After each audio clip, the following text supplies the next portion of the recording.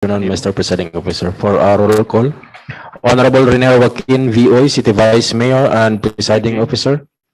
For the First District Councilors, Honorable Edna M. Dahino, Honorable J.R. Pascual, Honorable Roger G. Abaday, Honorable Saldi O. Ocon, Honorable George is Goking, Honorable Ruben R. Daba, Honorable Lordan G. Swan, Honorable Romeo V. Calizo.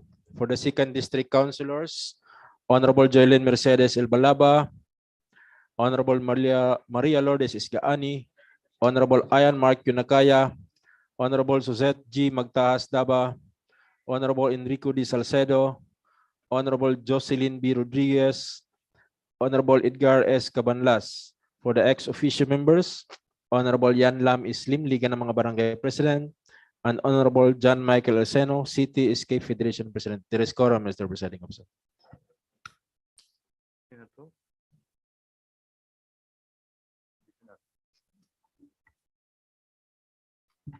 Okay, there is a quorum, so it's a green light for us to conduct such a business this afternoon's regular session. So, ngayong hapon. Well, before we proceed, I would like to greet our fellow councilman. A happy birthday to him. 18 anyos sumandali. Councilor John Michael Seno, happy birthday to you.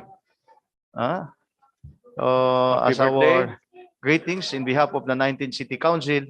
So, Councilor Ruben Daba, can you sing us a birthday song to lead us our Hapit na raman ni Muhammad.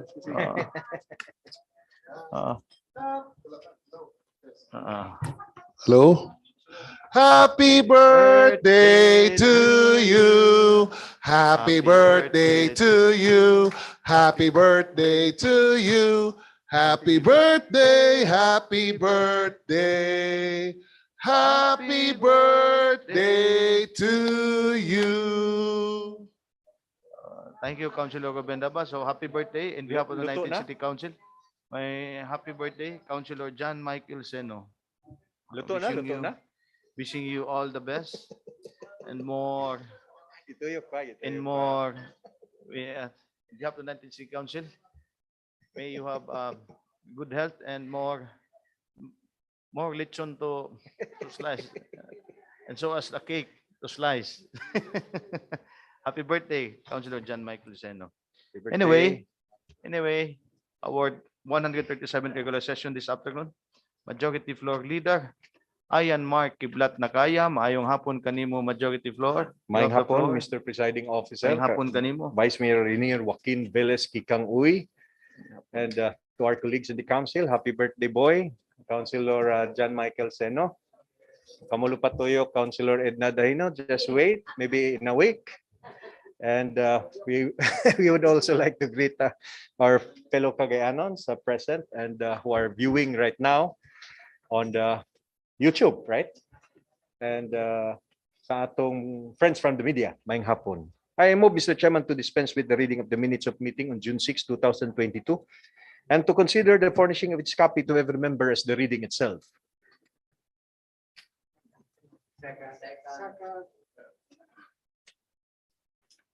Okay, so to Majority Floor, For the properly approval. move for the approval. Seconded. Any correction? For this there any? dispensation, I mean. Correction, is there any? There is none. Hearing none.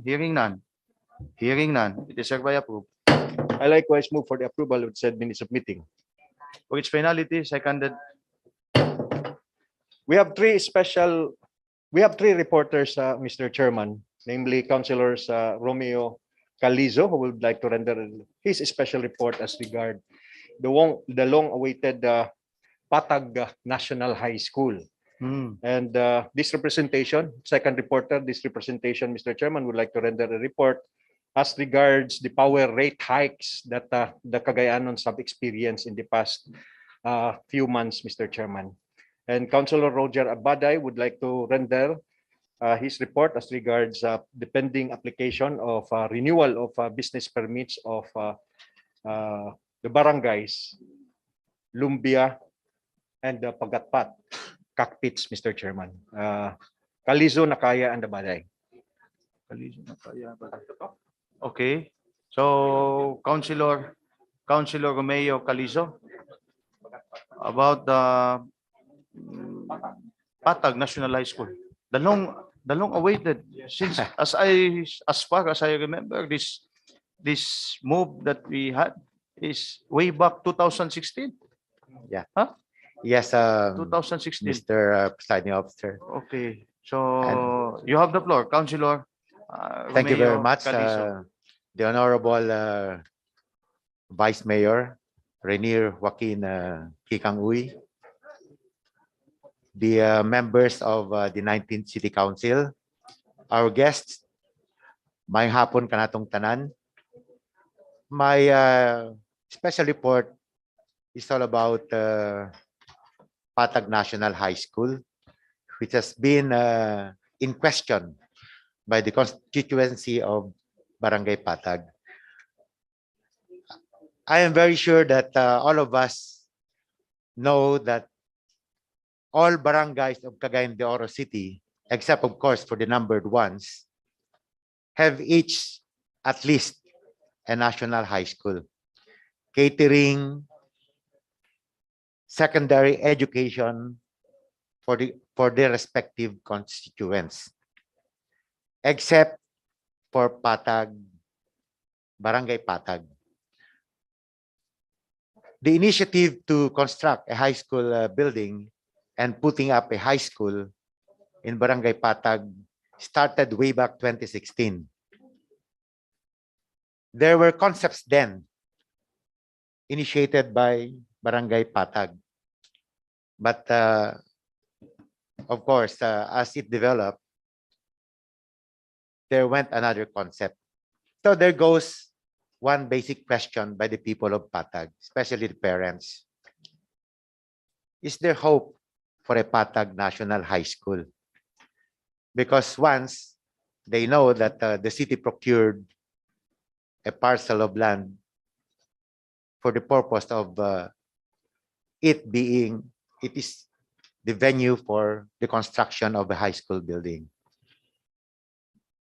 They now have other questions related to this issue, Mr. Chairman, but I feel it best that this will be better answered, better discussed, and better be acted upon at the committee level. So it's now my prayer to have this referred to the Committee on Education chaired by the Honorable Suzette Magtas Daba, so that questions relative to this issue will be answered more appropriately, Mr. Chairman.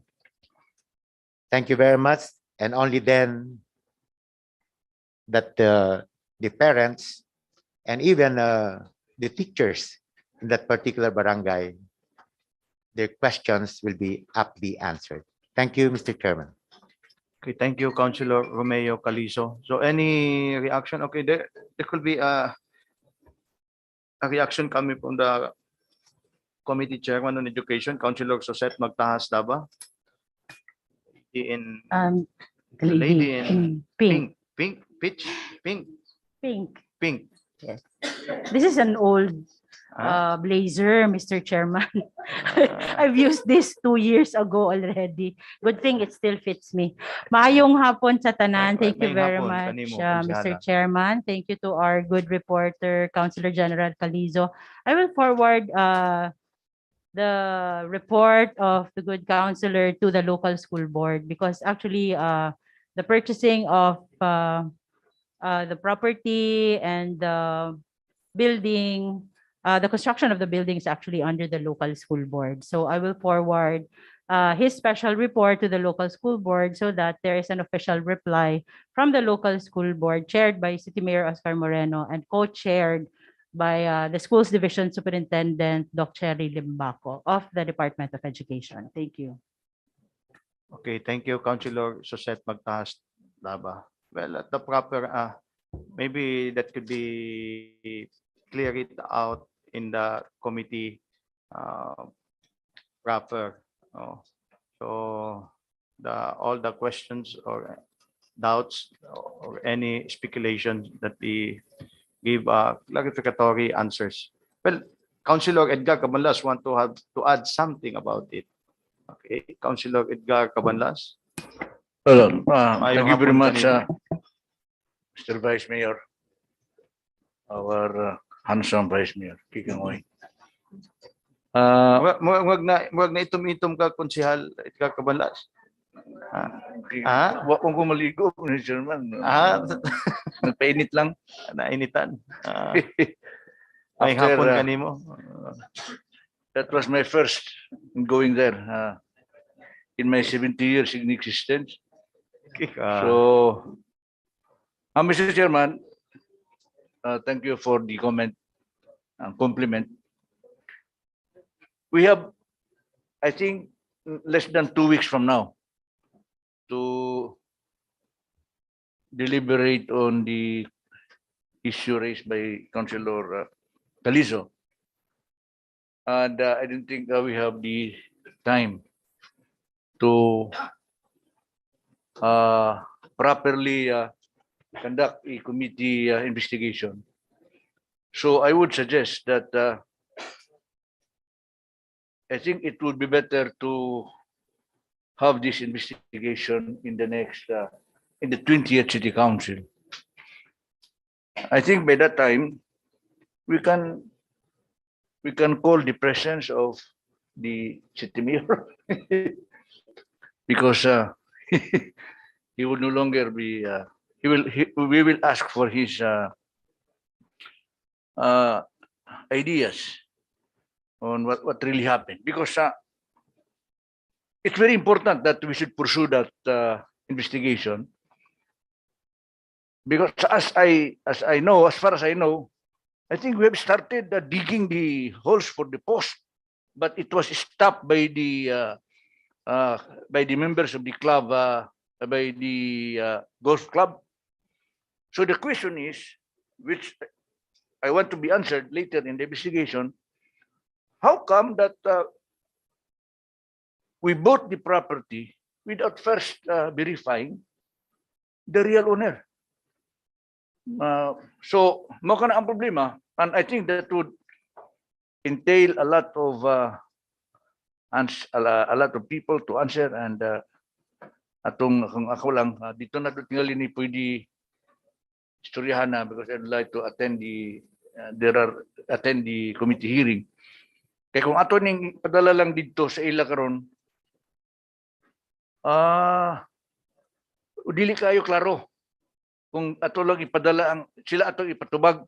I want a face-to-face investigation and to ask questions and answers from the people involved.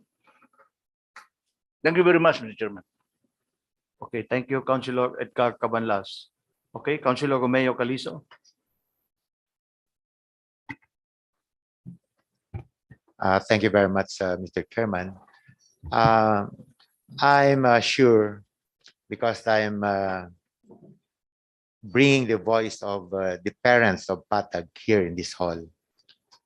They want to know if, on a worst case scenario, let's say, if that parcel of land bought is really in question, and a case will be filed against whoever is responsible over this purchase. On a worst case scenario, probably that lot cannot be used anymore. The question is there still hope for a national high school in Patag? That's the basic question that the parents of Patag want answered. Because what are other plans of the CBO LGU in case that worst scenario happens? So I think at the committee, we can answer this, Mr. Chairman, because let's say that parcel of land bought cannot be used anymore because there are some questions. There's some impediments. What are other plans of LGU for Barangay Patag? Is there still hope for a national high school in that particular barangay? Mr. Chairman. If there's none, then let's answer them squarely and candidly. So that will not be giving the people of Patag a false hope, Mr. Chairman. Thank you. Okay, thank you, Councilor Romeo Calizo. Okay, Councilor Roger Cabanday. Thank you very much, Mr. Chairman. My colleagues in the 19th City Council and all people who are watching us and listening us this afternoon. Good afternoon. This is in relation to the special report of Honorable Councilor Calizo. I learned this status of the opening or putting up high school in Patag. So that is a very unfortunate event because that frustrates our people of especially Patag, because that's the only barangay in Cagayan de Oro who has no high school building. So because of land controversy, that was undermined. No? But I think if we have another plan in order to pursue that plan that Patag must have high school building area. Now we have a pending request to the presidential, to the president's office. We are requesting the Solgen, and I received just a letter now that it really reached to the office of Solgen with regards to our request that area in Patag that is subject for demolition, katubang Zone 4, Zone 5, there are 4 zones, no? And we are requesting for that, for the issuance of presidential proclamation to declare that plot or portion of plot, katong 43757 and 4354 kadastral, as residential or reservation. So perhaps we will work for that, and we will ask a portion of this lot.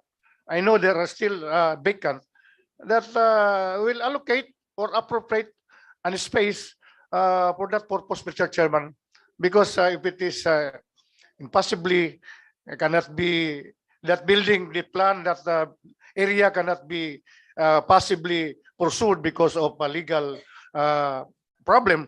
I think this will be our best alternative, Mr. Chairman, to include in our request, aside from residential, then allocate a portion of that for the establishment of this high school building, Mr. Chairman. So this might be difficult, but we will do it as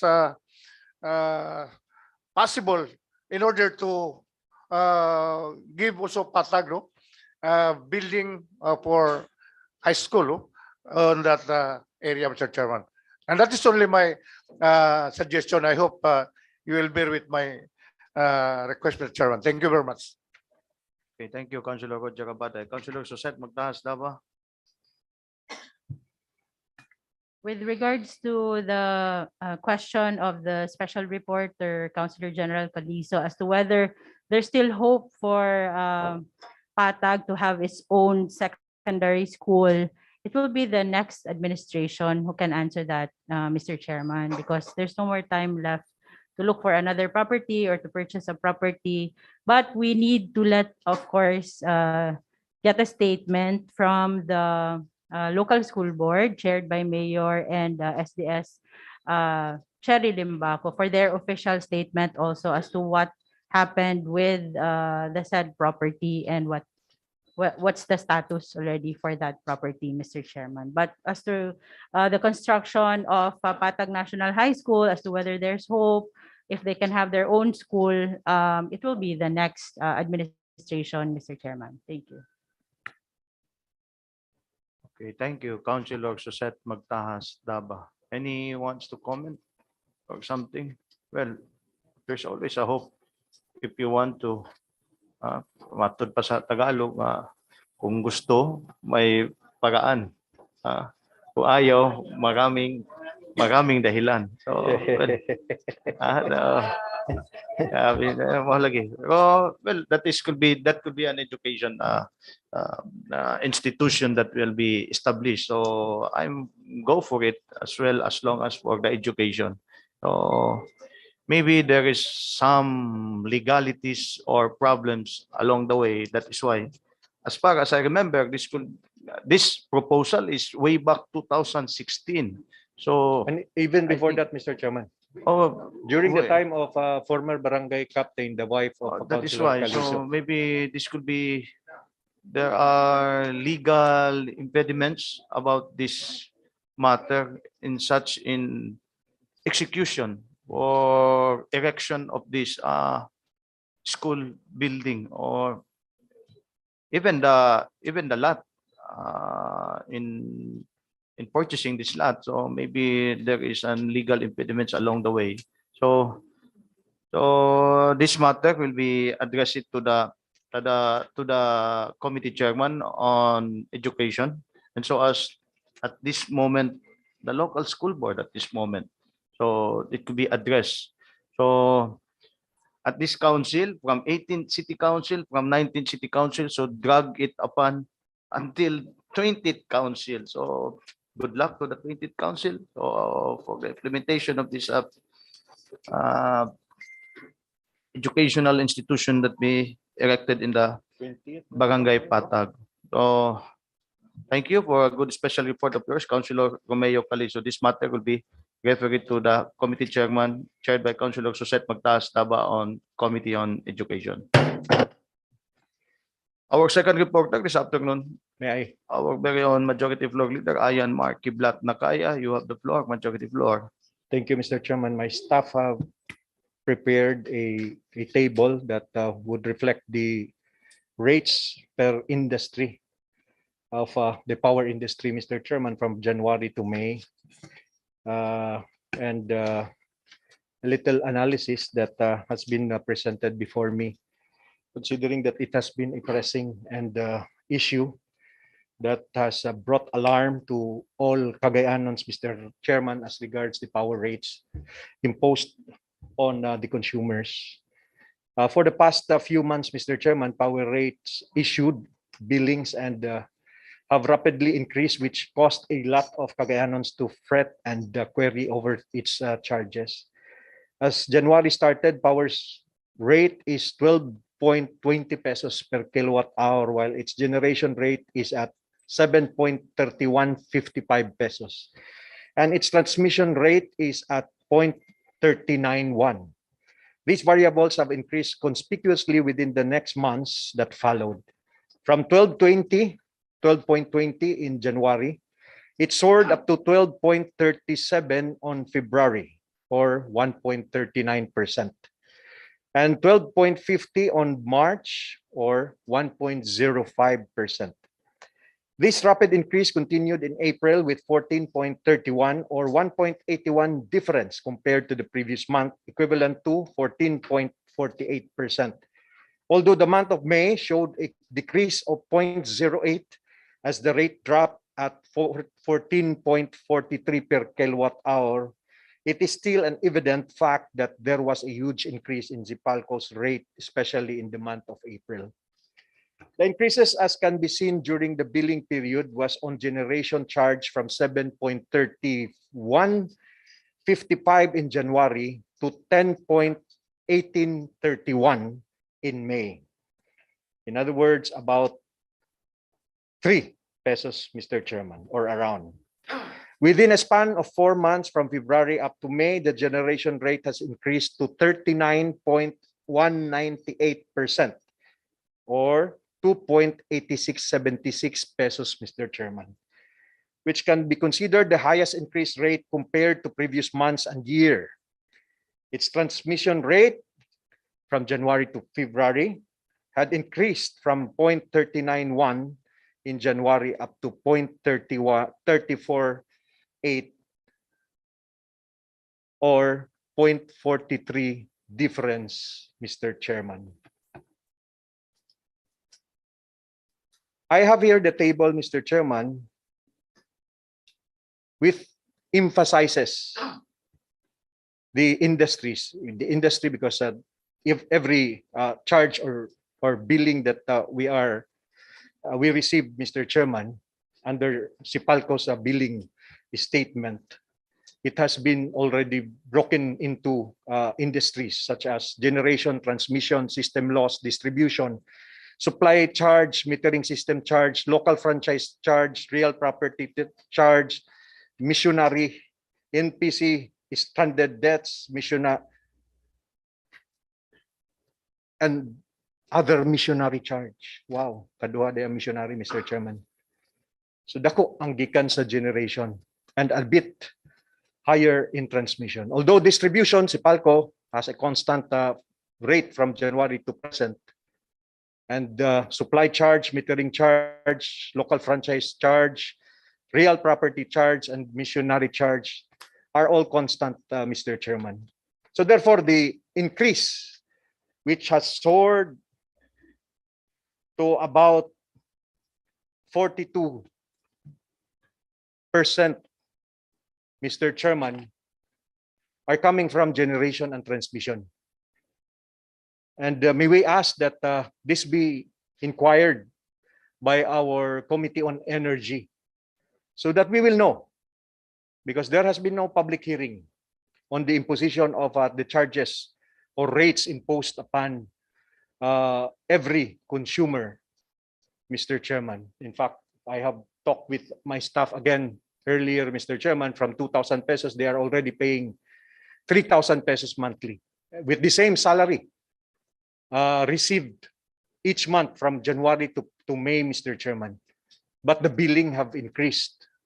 Expenditures have increased. Salaries are constant.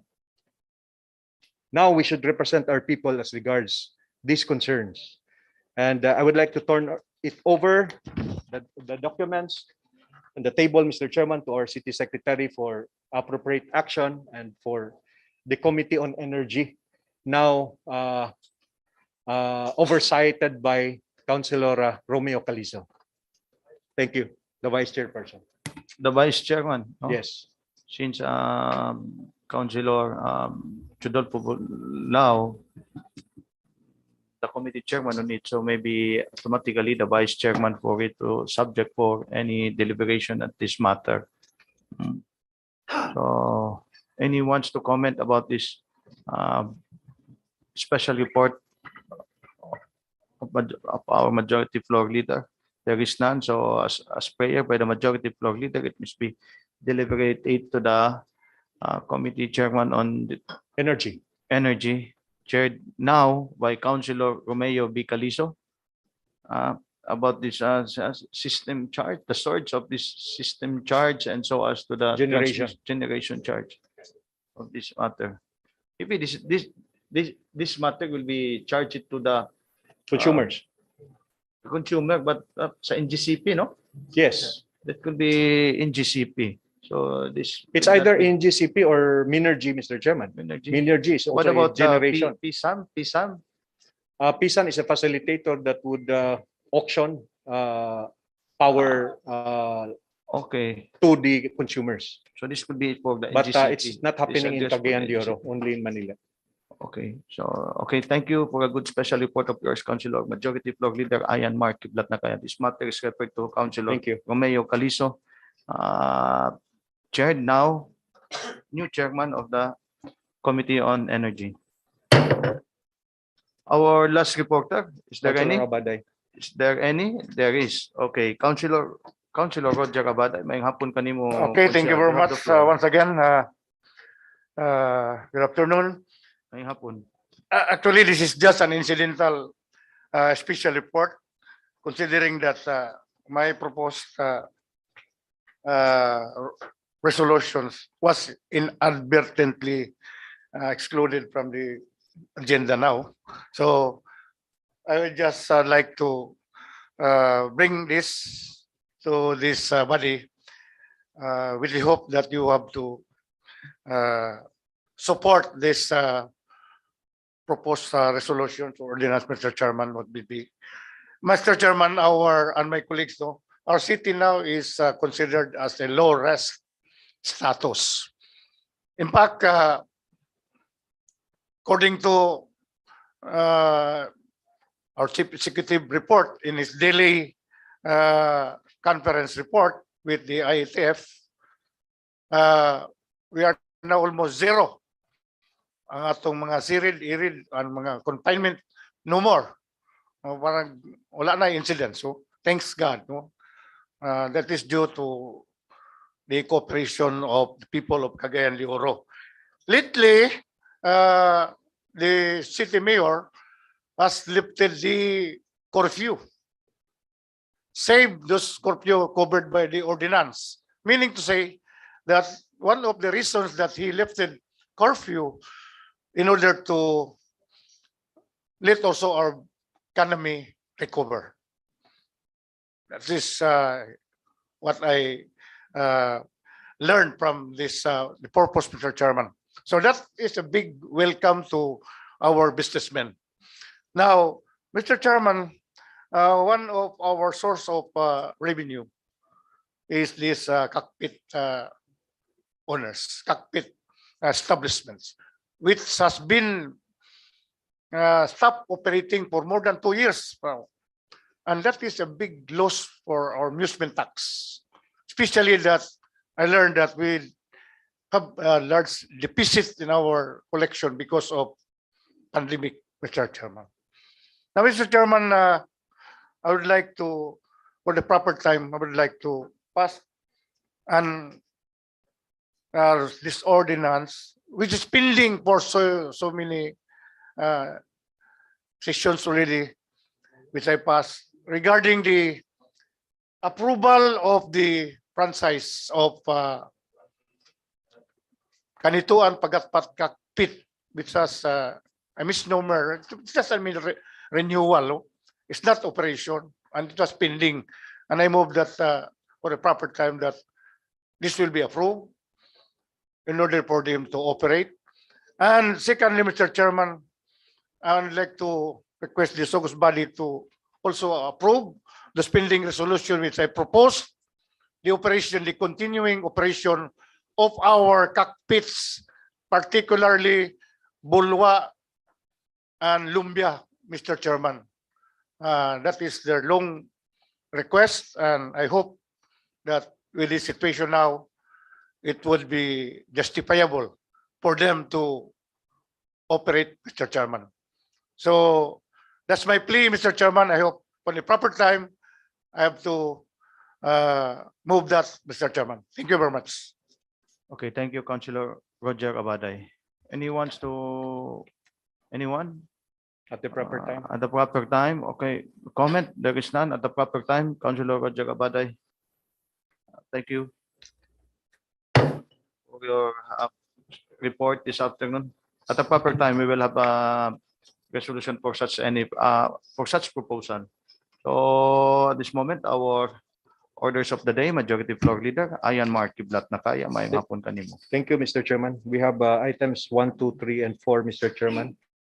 Omnibus motion for having the same subject matter. One is proposed resolution number 2022-135, returning to the Barangay Council of Barangay number 30, the city, its ordinance number 1-2022, series of 2022. Two, proposed resolution number 2022-136, returning to the Sangguniang Kabataan of Barangay number 6, the city, its resolution number 2022-001, series of 2022. Three, proposed resolution number 2022-137, returning to the Sangguniang Kabataan of Barangay number 37, the city, its resolution number 001, series of 2022. And four, proposed resolution number 2022-138, returning to the Sangguniang Kabataan of Barangay Puntod, the city, its resolution number 2022-001, series of 2022, covering the respective annual budgets for calendar year 2022 with estimated incomes, with the information that said resolutions are operative in their entirety. Move for the approval of the said items, Mr. Chairman. 1, 2, 3, 4. Properly moved by the Majority Floor Leader. Any second? Seconded. Objection? Is there any objection? There is none. There is none. Hearing none. Resolution number 2022-135. Resolution number 2022-136. Resolution number 2022-137. Resolution number 2022-138. Properly moved and seconded. Since there is no objection, it is hereby approved. Move to dispense second final reading. Finality, seconded.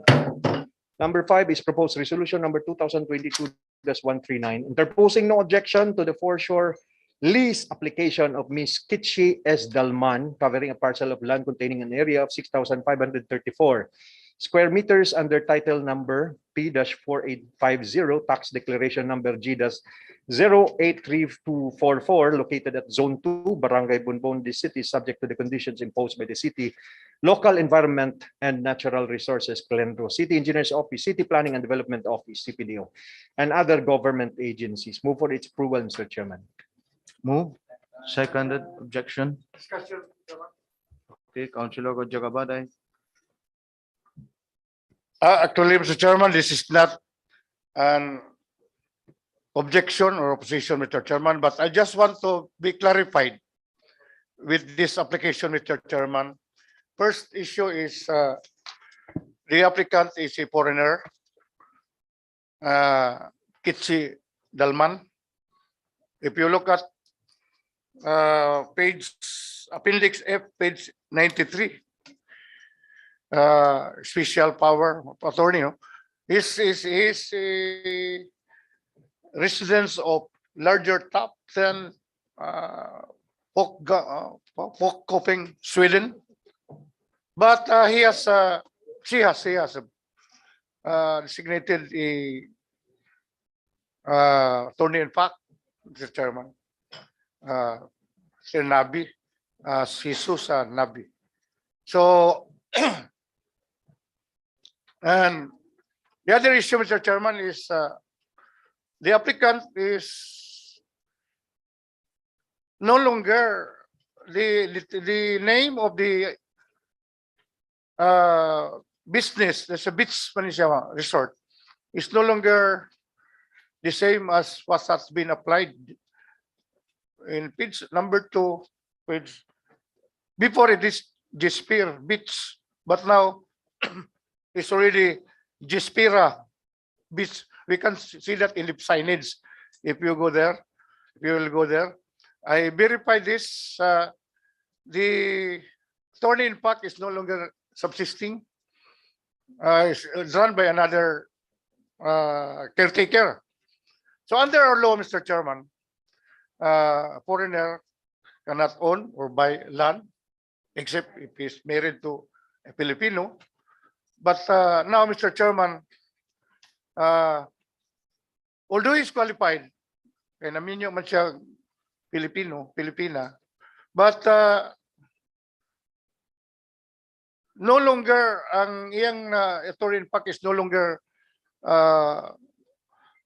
they have no more connection in their business, Mr. Chairman. Now, under our law also, under administrative orders issued by the DNR, administrative order,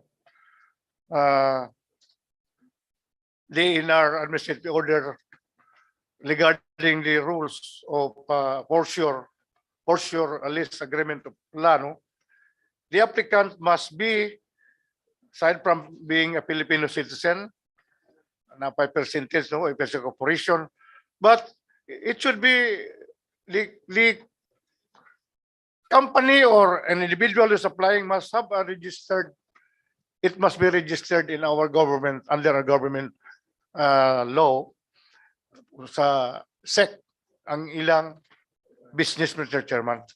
So I do not know if this new business is the same business that appeared in their application in our government agency like Security and Exchange Commission.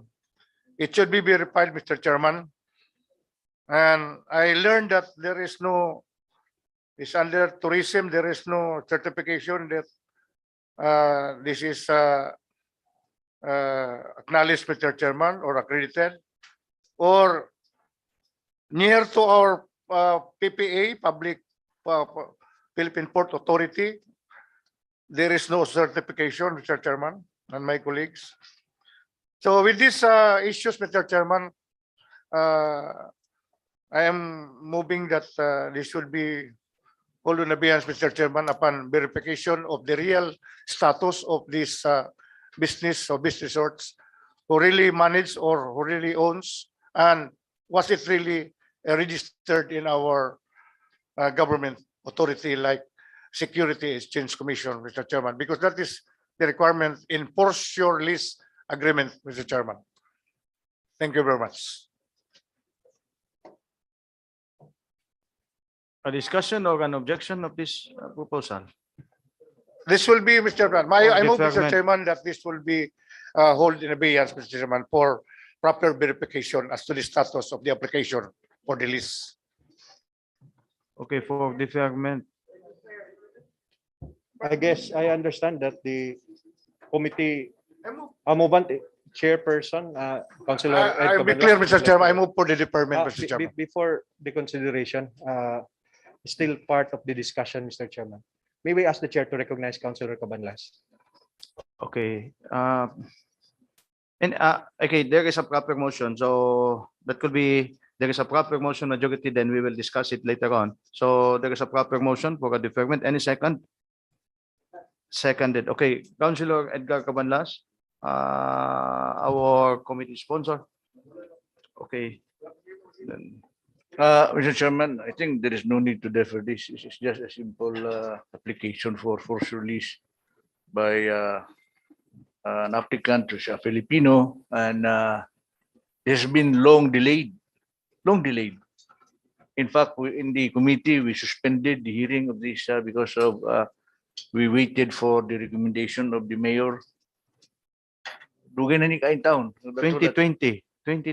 Yeah, so when we approved the application of Senator Mig Zubiri for his force release application in Tablon, it took only 5 minutes. But this one, because ordinary Filipino, ordinary businessman, we prolong the agony. Why? So I move to continue with the deliberation and voting of this.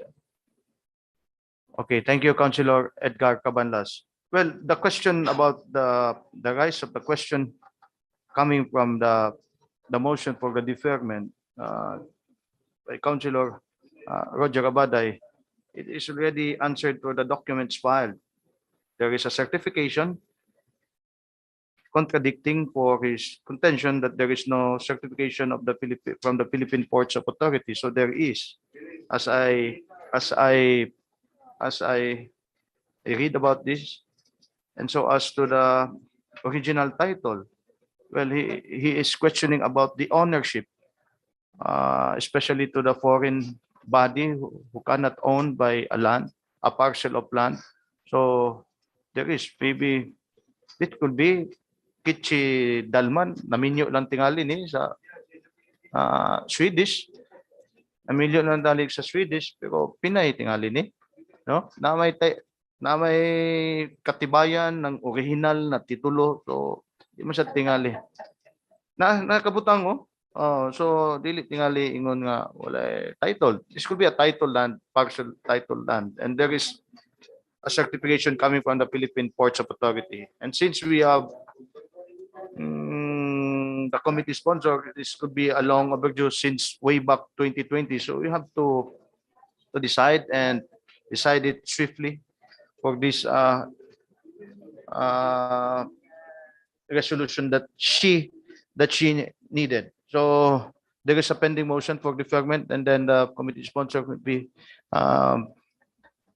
you have to pursue it. So, well, our main rule, for those for deferment, and you raise your right hand, go into voting. It's our rule. So, for deferment, please raise your right hand. Mr. Chairman, Okay, only Councilor Roger Abaday. chance to explain, Mr. Chairo. You might yes, Mr. Chairman, I don't care what is Filipino or is a foreigner, but what I am after, Mr. Chairman, that he has to comply with the law, requirements under the law, Mr. Chairman. So if you look at the if you go there now, it's no longer the same beach resorts that is what has been applied, Mr. Chairman, for leisure agreement. It's no longer that it's no longer despair. It's another establishment, Mr. Chairman, and there is another composition of the members of that business establishment. I have personally verified, and I'm also my informant, Mr. Chairman. So it's another management. So we might be compromised later on, Mr. Chairman, if we will approve this. My purpose of deferment is to verify how credible or how true is these documents that has been furnished to the committee, Mr. Chairman. It's not to oppose, but to verify as to the veracity of the document that has been submitted long ago. I think that's how many years na, karon na-change na ang management. So if we will grant this one to another, although the same applicant, kanisi Kitsi Dalman, but the another establishment name and another management. So what would happen to the agreement now, which was been consummated for how many years ago, Mr. Chairman? That's my point of deferment, Mr. Chairman. It's not to oppose. In fact, we wanted to interpret so that it can also contribute economically to our city. But it must be in the legal procedure, Mr. Chairman. Thank you very much. Okay, thank you, Councilor Roger Abaday. But there is a contradicting view. So since it is already in the plenary, it is already in our table. Well, that question of yours, that we address it to the committee level. So, but this moment of time, we have to decide it already, since there is a contradicting our opinions or views from our fellow councilmen. So there is a proper motion for a deferment and seconded. So we have to divide the house. To those who are in favor, please raise your right hand. Okay, Councilor Roger Abaday, support your motion. Okay, Councilor Roger Abaday.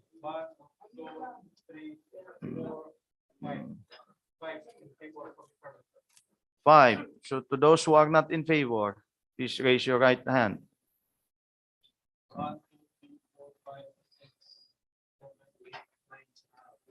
9. So to those who are not in favor, you have it. So there is a pending motion for disapproval. Resolution number 2022-139.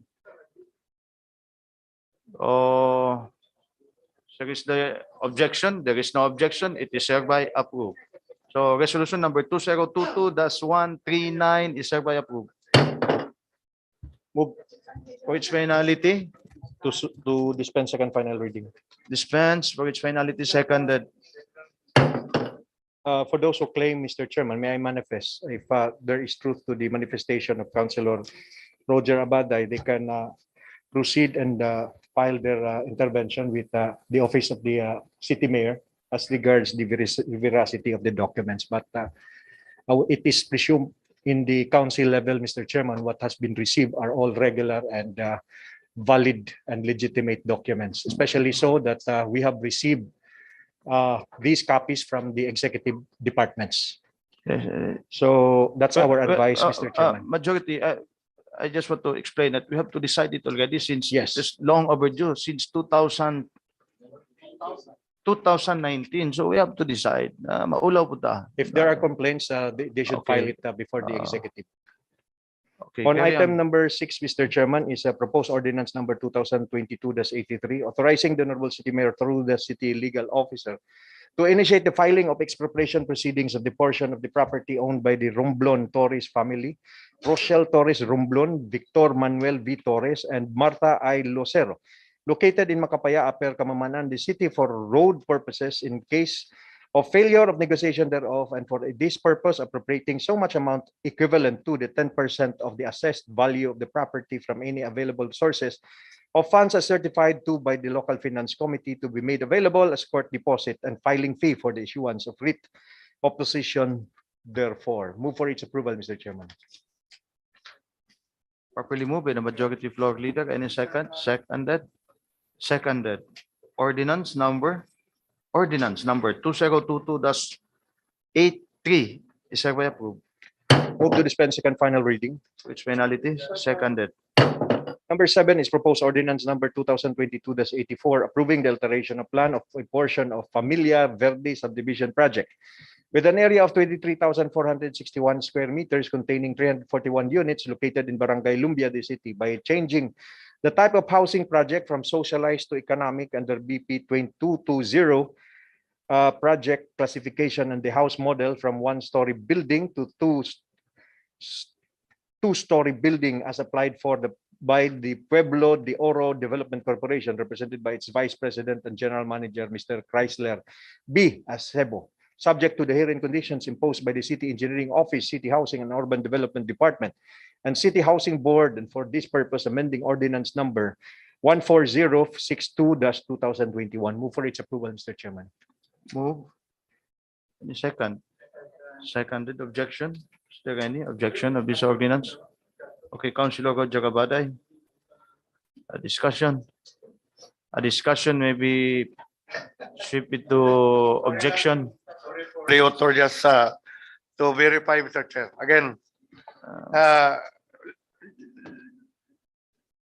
I wonder why, Mr. Chairman, that most of the subdivision developers, owners, apply for approval of their subdivision plan, and then thereafter they will apply for alteration plan, meaning to say that they have not planned well their subdivisions. That is our usual practice, Mr. Chairman. Now, with regards to this application, Mr. Chairman, for alteration ng Familia Verde subdivision project, we approved this last April for their subdivision plan. Now, they will apply for alteration plan portion. Now, if record, you look at the record, Mr. Chairman, page 8, appendix 1, appendix 8, page 113. In their sales status report, Mr. Chairman, there are 144 sold machine copy sold already, di ba? Sold 144 then they're partially and fully paid, unsold there are 94, and this is the records of homeowners and lot owners, Mr. Chairman, and my colleagues.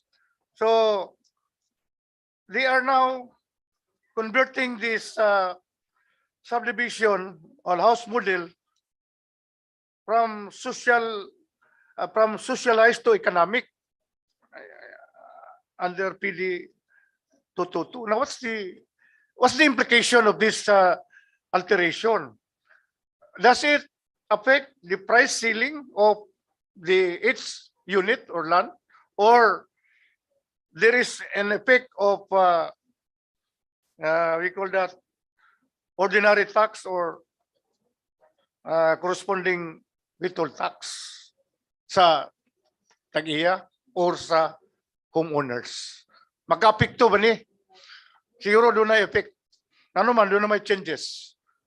So, none I have seen here, Mr. Chairman, in the attached document on file, the consent of the lot owners. Wala din eh.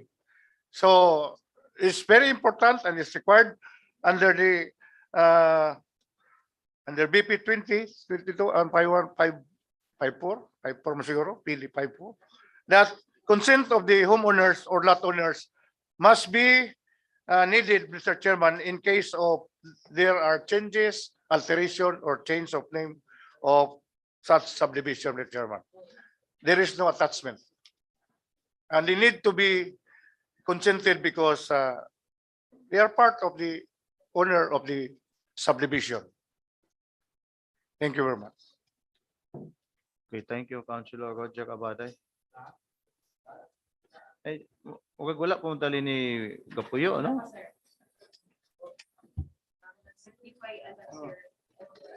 Wala pa, pero na mga homeowners. Na mga homeowners, na lot owners. Wala pa. That is part of our requirement, Mr. Chairman, and on file is a certificate of no objection. May we have the, yes, coming from the homeowners? Okay, there is a certificate as requested by Councilor Abaday. On file. So on file. Okay.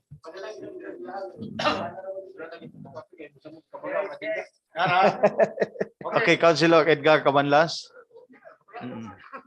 I think Roger should read the records properly because in Windows that there's something wrong in our approval. But we must remember that alteration is part of the game. It's authorized by law. It's a private business, and the businessman has the right to change their plans and programs. And we allow that under the law. As long as dili lang maka-violate sa requirements sa pila ka percentage ang socialized housing component, if you want to open up a subdivision, then we should allow because ila man ang kwarta dili man ato. Mr. Chairman, ang ilang socialized housing nasubra na sa ilang requirement. In fact, kanang ay 14 buildings karon nga atong gi-aprobahan sa part sa Pueblo, pulos ka na socialized housing, condominium type. So, wala. Nakaniwala pa yung nagpuyuan eh. Wala pa bisag usana staff, our staff there, silang talks na kay Balo because they are always present when we conduct hearings. Thank you very much. Okay. Okay, thank you, Councilor Edgar Cabanlas. I think the question is already addressed. Maybe there is a pending motion, ordinance number 2022-84 properly moved and seconded. Since there is no objection, I think the objecting councilman is already addressed the question that he wants to clarify. So properly moved and seconded. Objection? Is there any? There is none. There is none. Ordinance number 2022-84 is hereby approved. Dispense for its finality. Seconded.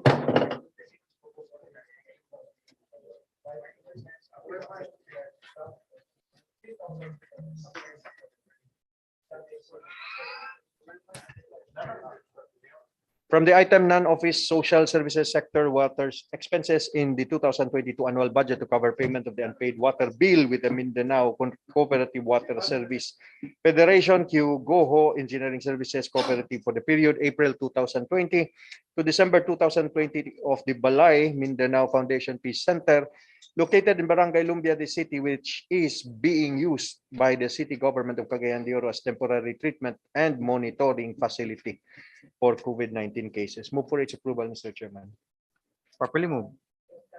Seconded. Objection? Is there any? There is none. Hearing none. Ordinance number 2022-85 is hereby approved. Move to dispense second final reading. Dispense. Seconded.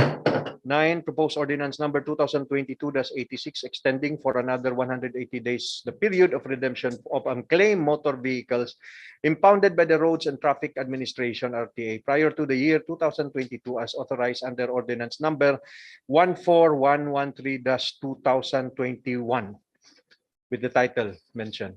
Move for its approval, Mr. Chairman.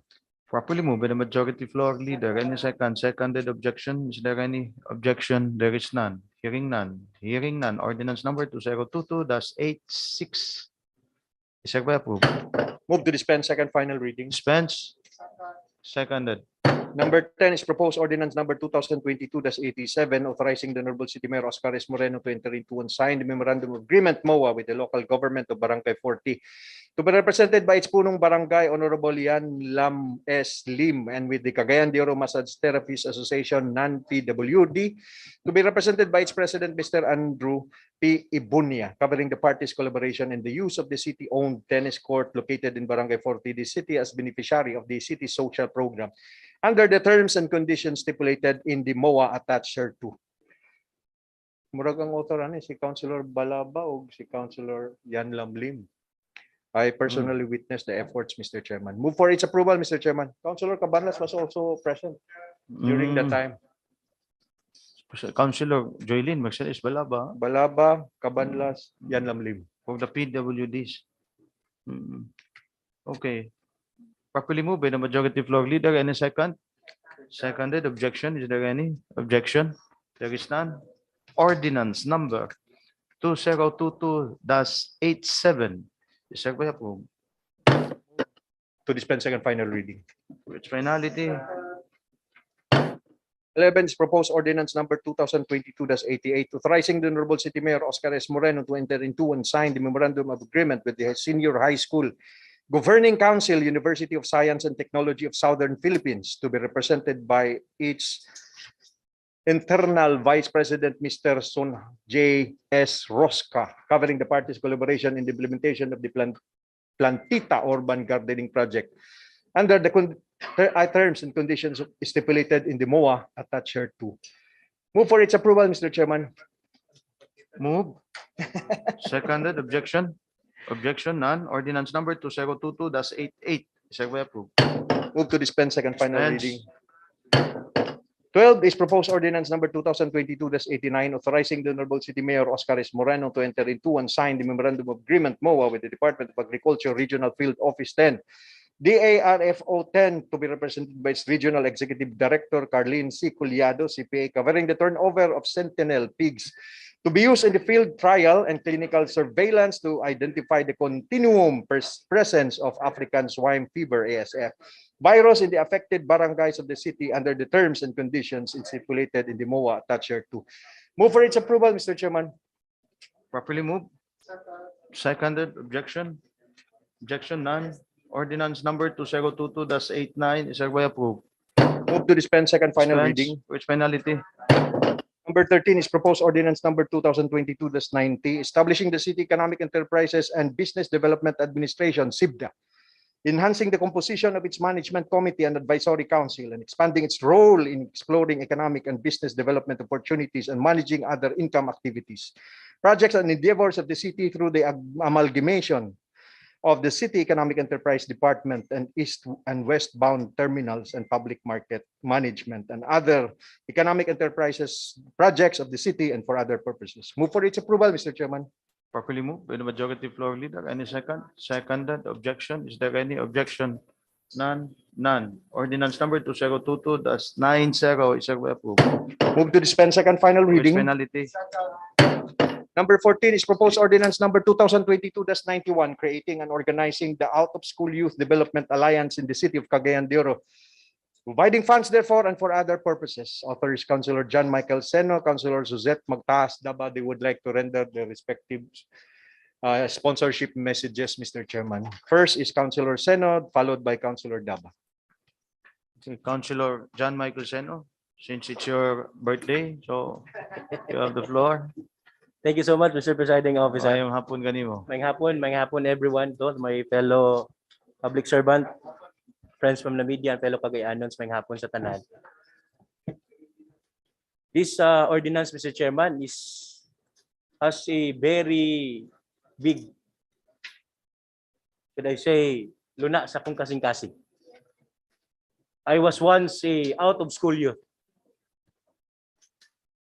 I graduated college for, I think, 6 years. I stopped going to school for financial reasons. Niabot sa punto nga gapamulkit. And that is why we really need to give another chances for the youth in the city of Cagayan de Oro. They may have stepped a wrong direction, but we need to give them another chance. This ordinance, Mr. Chairman, that will sustain the out-of-school youth programs in the city. As practiced by now, Mr. Chairman, we have this executive order that creates the Out-of-School Youth Development Alliance, in which our partner is the USAID. But right after the 5-year contract, Mr. Chairman, the USAID will be gone. And these programs should be continued.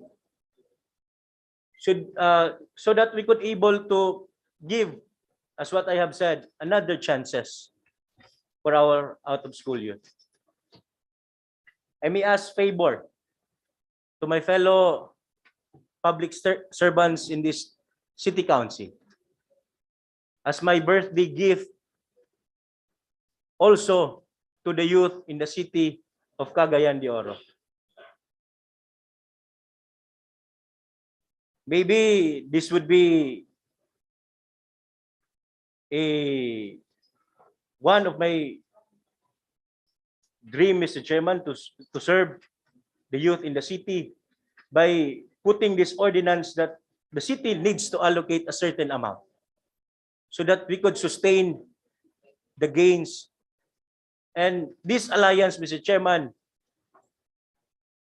laktod na pagkaistorya is that this is whole of the government approach, which include the non-government organization, both local and national organizations, Mr. Chairman. Na kung ikaw sa kabatanon, muadto lang ka sa Out of School Youth Development Alliance or the referral system, muadto kag test, naabay mga courses gi-offer sa TESDA, you could have it, Mr. Chairman. Dili na lisod sa usa ka batan-on kung mangita kag serbisyo sa dakbayan sa Cagayan de Oro kung ikaw usa ka batan-on. You only need to go to the Oro Youth Development Office. This OSYDA will help you guide kung unsa imong gikinahanglan, trabaho ba, eskwela ba, or kung unsa pa diha, Mr. Chairman. I may ask favor once again to my fellow constituents in this city county. Thank you so much and good afternoon. Thank you, Councilor John Michael Zeno, our birthday celebrant, and so as proposing for his birthday wish to all of us. Well, our second Councilor Suset magtahas na ba? Wants to follow through about this proposal. Okay, Councilor Suset magtahas na ba? Yes, good afternoon, Vice Mayor Rainier, Joaquin Kikang Uy, and my colleagues in this August body, and to our guests this afternoon. I think some of the OSYDA members are here, together with Ms. Cote Bax from the USAID. Maayong hapon sa tanan. I rise today to present and seek your support for the approval of proposed ordinance number 202291, creating and organizing the Out of School Youth Development Alliance in the city of Cagayan de Oro and providing funds thereof. My fellow public servants, the city government has been working hard to protect and promote the physical, moral, spiritual, intellectual, and social well-being of the youth sector. It has also been actively moving forward in the aspiration to provide our out-of-school youth with access to better education, employment, and livelihood support, and other youth development initiatives, giving them second chance education, preparing them for employment, and for their active involvement in public and civic affairs of the city. The approval of the OSYDA ordinance we are presenting today with the birthday boy, Councilor John Seno, will further help the city reach its goals and aspirations for our youth. It will institutionalize our partnership with local and national agencies to sustain our much needed out-of-school youth development programs. Much has already been done, and we are thankful to all our partners in the government and private sector. The Oro Youth Development Office, with Sir J.P. Santos as our Oro Youth Development Officer, the current OSYDA members, Ma'am Cote Bax, Youth Development Coordinator, Education Development Center of United States Agency for International Development, and of course, our partners from the local and national agencies. But our task is not over yet until we have reached out to every out-of-school youth needing our help and assistance. As the rate of out-of-school youth in our country keeps growing, our resolve to help them through various programs and meaningful legislations should also be intensified. I am hoping for your support so that we can give them what they truly deserve: hope and a future. Thank you, ug maayong hapon sa tanan. Okay, thank you, Councilor Suset Magtaas Daba. So, there is a pending motion. Any wants to react? None. There is a pending motion. There is a pending proposal properly moved and seconded as proposed by the birthday celebrant John Michael Zeno and so as Councilor Suset Magtaas Daba. Ordinance number 2022-91 properly moved and seconded. Since there is no objection after all, there is no objection. Ordinance number 2022-91 is hereby approved. Move to dispense second final reading. For its finality and seconded. Okay, congratulations to the youth at the back. Ngayong hapon kaninyo. Thank you for your assistance Thank you for your to our Oro assistance. youth. And mag-imbitado gin mo sa birthday ka ni Councilor John Michael Seno. Subo na gyud. Hmm. Paspason gyud og tuyok. For item number 15, Mr. Chairman. Dispense na ba? Move to dispense second final reading. Amo na. Okay. Ah. For item 15 is proposed ordinance number 2022-92, approving the supplemental budget number 1 of the general fund and supplemental budget number 1 of the special account local economic enterprises utilities, both CY 2022 with an estimated incomes 92,754,031 centavos and 2 million pesos respectively against estimated expenditures of the same amounts. Move for its approval, Mr. Chairman. Properly moved by the majority floor leader. Any second? Seconded. Objection? Is there any objection? There is none. Hearing none. Ordinance number 2022-92 is hereby approved. Move to dispense second final reading. Dispense with finality. Any second? Seconded. Number 16 is proposed ordinance number 2022-93, appropriating the sum of 911,182 pesos and 50 centavos from the continuing appropriation calendar year 2099 office land acquisition expropriation to be made available for the full payment of the claim for just compensation, including registration and documentation expenses of lot number 44792-D-1 CSD-10-01841 portion of lot number 44792-D covered by the tax declaration number 179243 with an estimated area of 885 square meters owned by Mr. Giovanni Marvan Dahino, portion of which was affected by proposed 16-meter road opening from South Diversion Road passing the Court of Appeals to the Cagayan de Oro Convention Center located in Barangay Hindaag, this city, and for this purpose authorizing the Honorable City Mayor to sign the deed of absolute sale thereof. Move for its approval, Mr. Chairman.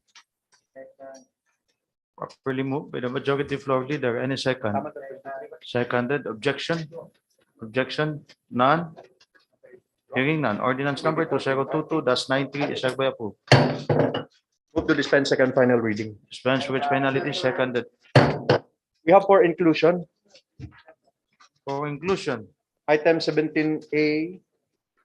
17. Exclude B, Mr. Chairman. They're still pending in the committee. So letter C is B, letter D is C, letter E is D, letter F is D, letter G is F, letter H is G, letter I is H, and 18, 19, 20, 21, 22, 23, 24, Mr. Chairman. Move for their inclusion.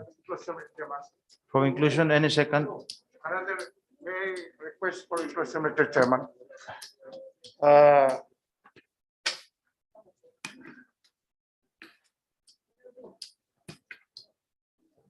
With regards, Mr. Chairman, to Uh,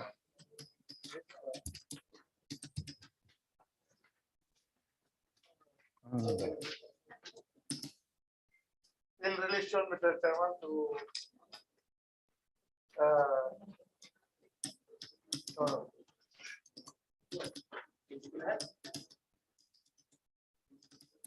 to allowing the Unified Sports and Traditional Karate Organization Incorporation, Mr. Chairman, wherein this representation is the Executive Vice President, is holding a karate, is hosting the karate do tournament, tune-up games for June 22 Batang Pinoy and Philippine National Games, Philippine Sport Commission, and the athletes from LGUs all over Visayas and Mindanao will be attending, Mr. Chairman, from June 15 to 16 at Limkit Kay Activity Center. No monetary involved Mr. from the city? None. I'm only asking. Move for its inclusion, Mr. Chairman. I'm only asking for the inclusion, Mr. Chairman, item for number face-to-face tournament, Okay. holding face-to-face tournament. How can you karate Example. anyway? Well, Allowed to be because- a face-to-face tournament, Mr. Chairman. okay, that could be a good proposal, Councilor Roger Badaya. Later. Historical proposal. Since it is in line with the birthday celebration of Councilor John Michael Seno. So, it's okay. So anyway, for inclusion, and so as for inclusion as proposed by Councilor Roger Abaday. Seconded. Okay, As carry item on. number 25. Okay, as item number 24? 25. 24. There's redundancy number 23. That's 23, 24, then 25. Okay, 25. Okay, carry on, Majority Floor Leader. Thank you, Mr. Chairman. For item 17A to the last alphabet, Mr. Chairman, under item number 17, Councilor Edna Dahino is foregoing his presence, considering that her family is the donor of the properties that would be mentioned in the proceeding. For item 17A is proposed ordinance number 2022-94, authorizing the Honorable City Mayor Oscar S. Moreno, representing the city government of Cagayan de Oro as donee, to enter into and sign the deed of donation and acceptance of Jeddah Holdings Incorporated as donor, to be represented by its president and chief executive officer, Honorable Edna M. Dahino, involving its property, lot number 44598, covering by transfer certificate of title number 137 2021003346 2013000052, a portion of which identified as lot 44598-A, with an area of 65 square meters more or less, which has been affected by the implementation of the city government's road opening from the south diversion road passing through the Court of Appeals, Mindanao Station property at Barangay Indahag, the city, to become part of the Dahino Avenue under the terms and conditions stipulated in DODA attached here to. B, as cited as C, because we already excluded in the insertion or addition the letter B. B is proposed ordinance number 2022-96, authorizing the Honorable City Mayor Oscar S. Moreno, represented by the city government of Cagayan de Oro, as donee, to enter into and sign the deed of donation and acceptance with Mercurio Cabunok as donor, herein represented by Honorable Edna M. Dahino by virtue of special power of attorney, owner of lot 47352, CAD 237, under katibayan ng original ng titulo 2012-00043, a portion of which identified as lot 47352-A, with an area of 561 square meters more or less, has been affected by the implementation of the city government's road opening project from the south diversion road passing through the Court of Appeals Mindanao Station property at Barangay Indahag, the city, to become part of the Dahino Avenue under the terms and conditions stipulated in the DODA attached here to.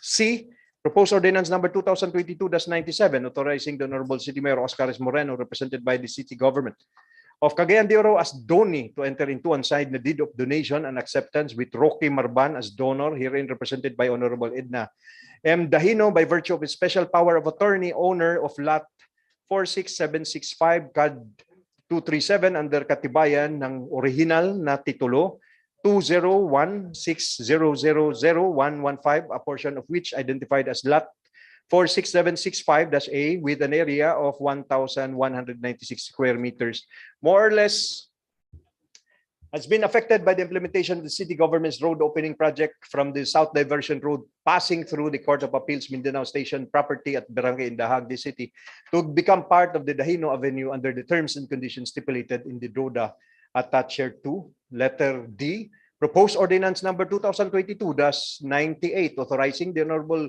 City Mayor Oscar S. Moreno, represented by the city government of Cagayan de Oro as donee, to enter into and sign the deed of donation and acceptance with Charlemagne Marban III as donor, herein represented by Honorable Edna M. Dahino by virtue of his special power of attorney, owner of lot 47346 CAD 237 under katibayan ng original na titulo Carp 2014000062 of a portion of which identified as lot 47346-A with an area of 625 square meters, more or less, a portion of which identified as lot 47346-A with an area 625 square meters, more or less, has been affected by the implementation of the city government's road opening project from the South Diversion Road passing through the Court of Appeals Mindanao Station property at Barangay Indahag, the city, to become part of the Dahino Avenue under the terms and conditions stipulated in the DODA attached here to letter E. Proposed ordinance number 2022-99, authorizing the Honorable City Mayor Oscar S. Moreno,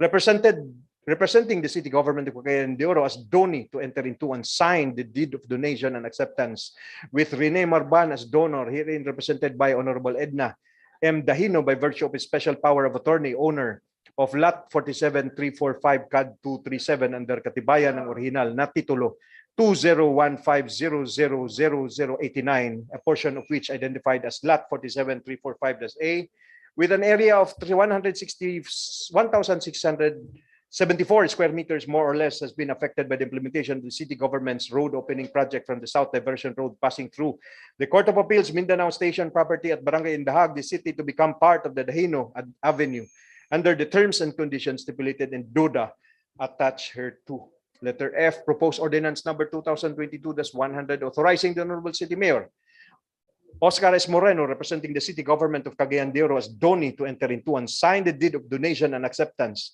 with Honorable Edna M. Dahino as donor, owner of lot 44161 under katibayan ng original na titulo P-5138, a portion of which identified as lot 44161-A with an area of 3,913 square meters, more or less, has been affected by the implementation of the city government's road opening project from the South Diversion Road passing through the Court of Appeals Mindanao Station property at Barangay Indahag, the city, to become part of the Dahino Avenue under the terms and conditions stipulated in the DODA attached here to letter G. Proposed ordinance number 2022-101, authorizing the Honorable City Mayor Oscar S. Moreno, representing the city government of Cagayan de Oro as donee, to enter into and sign the deed of donation and acceptance with Gil L. Mendoza as donor, herein represented by Honorable Edna M. Dahino by virtue of a special power of attorney, owner of lot 46858 CAD 237 under katibayan ng original na titulo 20140000115 and lot 46764 under katibayan ng original ng titulo 20140000104 CAD 237, portions of which identified as lot 46858-A with an area of 335 square meters, more or less, of lot 46764-A with an area of 80 square meters, more or less, respectively, have been affected by the implementation of the city government's road opening project from the South Diversion Road passing through the Court of Appeals Mindanao Station property at Barangay Indahag, the city, to become part of the Dahino Avenue under the terms and conditions stipulated in DODA attached here to. And finally, letter G, letter H. Proposed ordinance number 2022-102, Authorizing the Honorable City Mayor Oscaris Moreno, representing the city government of Cagayan de Oro as donor, to enter into and sign deed of donation and acceptance with Alexander Dahino as donor, here represented by Honorable Edna M. Dahino, by virtue of a special power of attorney, owner of Lot 47354, CAD 237, under katibayan ng original na titulo 201300026, a portion of which identified as Lot 47354-A with an area of 1,048 square meters, more or less has been affected by the implementation of the city government's road opening project from the South Diversion Road passing through the Court of Appeals Mindanao Station property at Barangay Indaagde City to become part of the Dahino Avenue under the terms and conditions stipulated in the DODA attached hereto. Move forward the approval of the said items, Mr. Chairman. Properly moved by the majority floor leader. Any second? Seconded. Just one correction, Mr. Chairman, from the family of the donors. Instead of Dahino Avenue, it would be Buena Dahino Avenue. The Okay. matriarch, I understand. Okay, as proposed, May we correct any accordingly? correction? Properly moved. Any second? Seconded. Objection? Objection. None? Hearing none. Ordinance number 2022-94. Ordinance number 2022-95. Ordinance number 2022-96. Ordinance number 2022-98. Ordinance number 2022-99. Ordinance number 2022-100. Ordinance number 2022-101.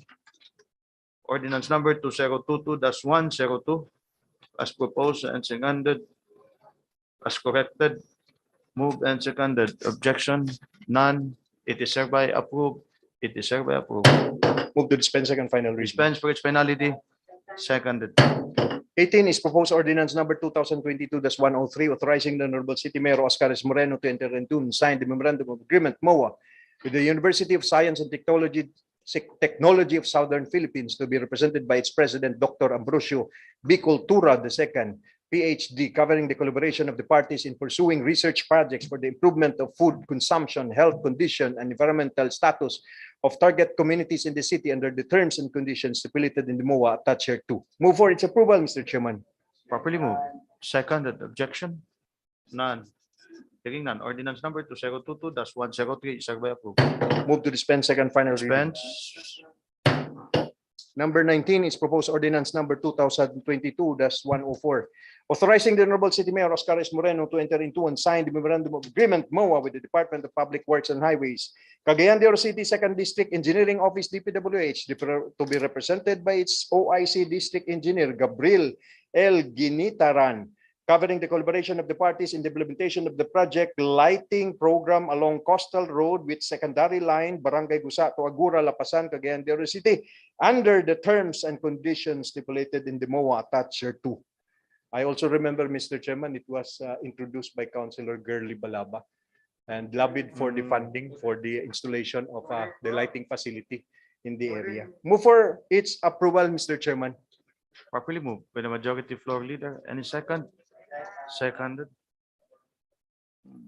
So congratulations for all of us. Ordinance number 2022-104. Properly moved, seconded. Objection?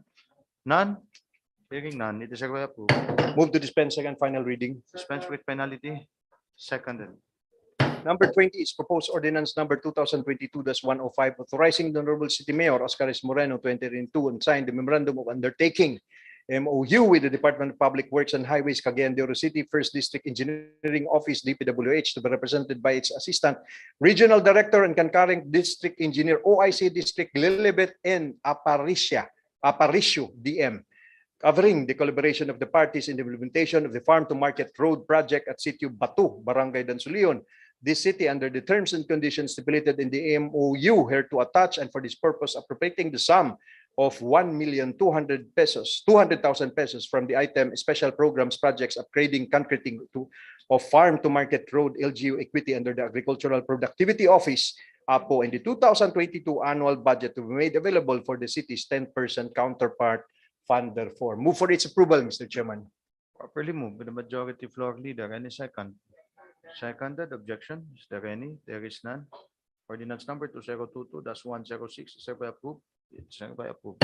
Move to dispense second final reading. Dispense with finality. Seconded.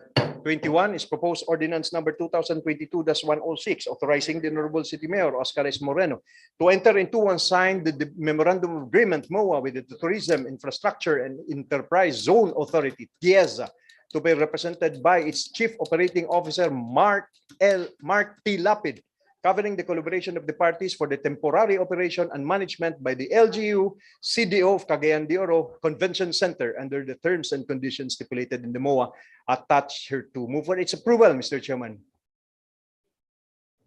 Move. Seconded. Objection? None.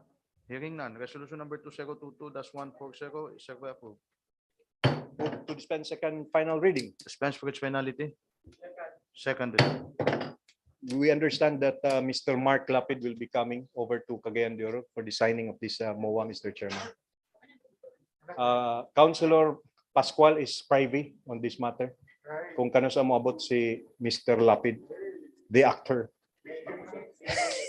22 is proposed resolution number 2022-140, endorsing and or interposing no objection to the holding of limited face-to-face early language literacy and numeracy assessment for grade 3 and national achievement test for grade 6 classes or face-to-face graduation and moving up ceremony, as the case may be, of the herein specified schools, subject to the compliance of the requirements or guidelines imposed by the city mayor or the city COVID-19 force, to wit, as stipulated within the content of our agenda, Mr. Chairman. Move for its approval.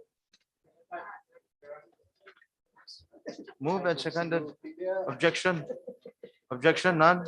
Resolution number 2022-140 is hereby approved. Move to dispense second final reading. Dispense with finality. Seconded. We have related to the proposal of Councilor Suzette under item 24 kitaas kining litany eh. Anyway, for item 23, Mr. Chairman, we have proposed ordinance number 2022-107, renewing the franchise granted to the Kanituan Pagatpat Kakers Association, represented by its president, Mr. Izigani Legaspi, to operate and maintain the Kanituan Pagatpat Cockpit Arena located at Zone 2, Lunas, Barangay Pagatpat City, under ordinance number 13432-2018 for another 3 years, subject to the terms and conditions imposed herein. Move for its approval, Mr. Chairman. Properly moved by the majority floor leader. Any second? Objection? The proponent is objecting. Huh? I move for amendment, Mr. Chairman. It was not included in my special report, Mr. Chairman. Bulwa Cockpit and Lumbia, including two. Councilor, tanawa daw. Can you read it Yes. again?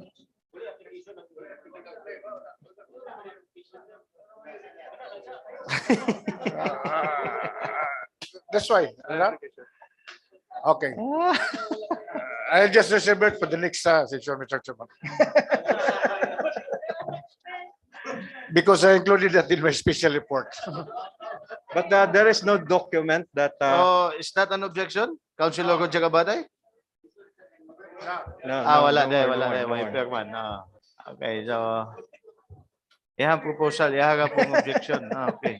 So anyway, properly moved and seconded. Objection?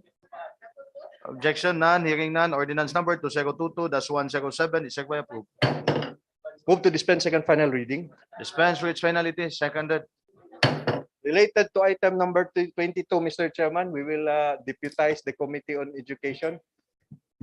Proposed resolution number 2022-141, authorizing the Committee on Education through its chairperson, Councilor Suzette G. Magtahas Daba, to issue the necessary sangguniang panglungsod endorsement for the conduct of face-to-face classes, end of school year ceremonies, examinations, and other school activities of different schools, colleges, and universities in the city, provided that the same have complied with the requirements or guidelines imposed by the city mayor or the city COVID-19 task force. Move for its approval, Mr. Chairman. Properly moved. Seconded. Objection? Is there any? There is none. Hearing none. It is hereby approved. Resolution number 2022-141 is hereby approved. Move to dispense second final reading. for its finality. Seconded. As the finale, Mr. Chairman, the proposal of Councilor Roger Abaday. Proposed resolution number 2022-142, interposing no objection to the holding of face-to-face tournament dubbed 2022 CDO Charter Day Karate Do Tourney. Tune-up game for the 2022 Batang Pinoy and Philippine National Games of the Philippine Sports Commission to be held at Limkit Kaya Activity Center on June 15 to 16, 2022. Subject to the compliance of the requirements or guidelines imposed by the City Mayor or the City COVID-19 Task Force. Proponent, Councilor Roger G. Abaday. Move for its approval, Mr. Chairman. Properly moved by the majority floor leader. Any second? Big emphasize you kayo. I have seen the program, Mr. Chairman. Councilor Abaday would be having his own version of Karate Do. Huh? Yes, Oh, you have to watch. Kaka- You have to watch. Yeah, yeah. I'm inviting you to watch. Yes. He will be exhibiting his. Kata and Ernest's exhibition. Okay. Can we have a? I want you to witness, no? They are requesting, Councilor, they are requesting to have a shadow fight here in front of your fellow sample daw. Pero For those who will not be able to attend, maybe some glimpse of expertise from a master, Mr. Chairman. May tuyo. I should be in the proper attire for proper execution. That's a good excuse.